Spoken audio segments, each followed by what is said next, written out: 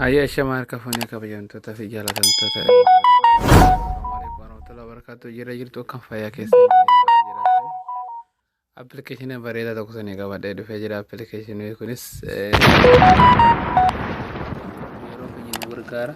Maaliif yeroo feesbuuka fayyadamnu yookaan waatsaappii fayyadamnu osoo isa keessa hin baanetti bakkoon saniidhaan seennee osoo deebinetti aappii fayyadamuu dandeenya. Kanaaf appiichillee walumaan haa ilaalluun afaan obaasanii jira. Warroonni agarraa yuutuuba kiyyaas haaroo taatan yuutuuba kiyya seenaa saabskiraayib naa godhaa ilma oromoosanii jira. Fatiin kabaaleedha yuutuubiin kiyya.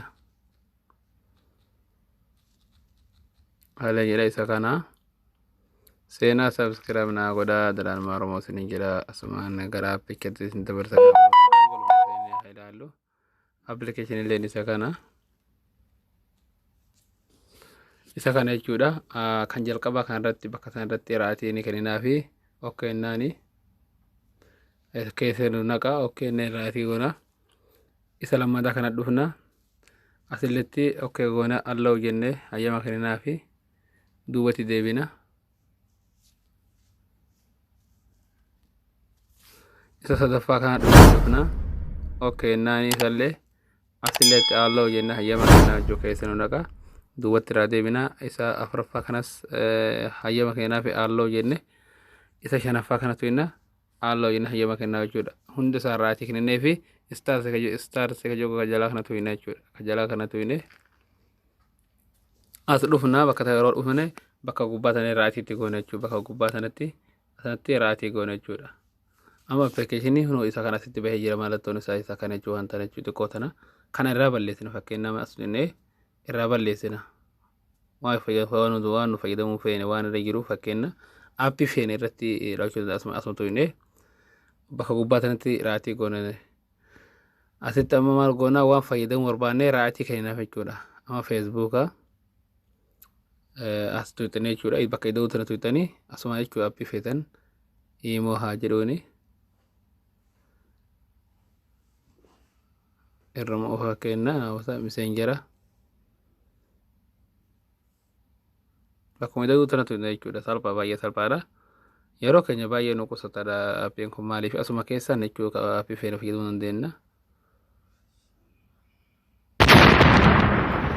Saya soroftanii kafeetan nama maaskiinki maastarii kanallee nan fedha waaneefi asumaan akka tolooftanii ka barbaadan jechuudha. Peejii hin irratti dha fakkeenya aappii barbaadan jechuudha isintu beeka waan irra kaattan waatsaappii haala kanaan akkatti irra dhawattan jechuudha. Bakkuma iddoo sana tuuxanii irra deeffatan jechuudha baay'ee salphaadha.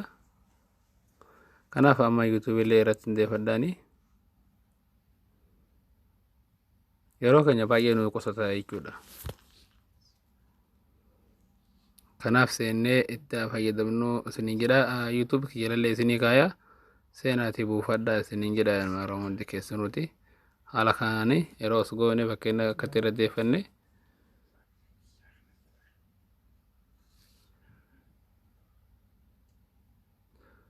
bakkuma tana tuuxne jechuudha waan feene irraa kaachuu dandeenya jechuudha baay'ee salphaadha. Seennee abuufannu as okkee gootanii irraa baatan jechuudha kanaani. Amma fakkeenya haala kanaan jiraa miti fakkeenya irra deemama asuma bunnee bakka sanatti muuziqaa yoo kanallee raatii kenninaaf jechuudha. Asitti jechuudha raatii kenninaaf haala kanaan jechuudha fakkeenya duwwatee deemee amma asaatu qubaa akka isin agarsiisu kan yeroo tuqee isin agarsiisu haala kanaan jechuudha. Haala kanaani waan barbaanne jechuudha amma waan irratti waatsaappii lamaan qabaa yuutuubii imoo miseenjara feesbuuk asuma jechuudha asuma seennee fayyadamuu dandeenya haala salphaani. Amma kana osoo as keessa hin baane asumaan tuuxnee imoo seenuu dandeenya imoo seenna asuma tuuxnee jechuudha ammallee deebinee miseenjara seenuu dandeenya baay'ee salphaadha jechuudha. Haala kanaan bakka feene kaachuu dandeenya jechuudha isa kana baay'ee salphaadha. Kanaaf seennee itti fayyadamnu isin jedha yeroo keenya baay'ee nu qusata.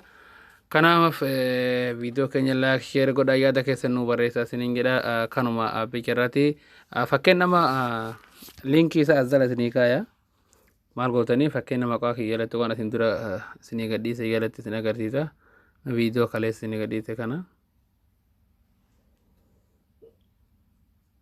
maal gootanii bakka xiqqoo kana tuuxanii jechuudha bakka xiqqoo barreeffamu kana akka tuuxanii asin gara linki isinii ka linkiin isinii kunoo kana jechuudha haala kanaan jira haala kanaa jechuudha asin isinii ka bakka tan suutanii as jalaa buufatan jechuudha linkicha kana kanaaf buufadhaatti fayyadama baay'ee keenya yeroo nu qusatan jedha haga barumsa biraatti walitti deemnutti wassalamu alaikum warahmatullahi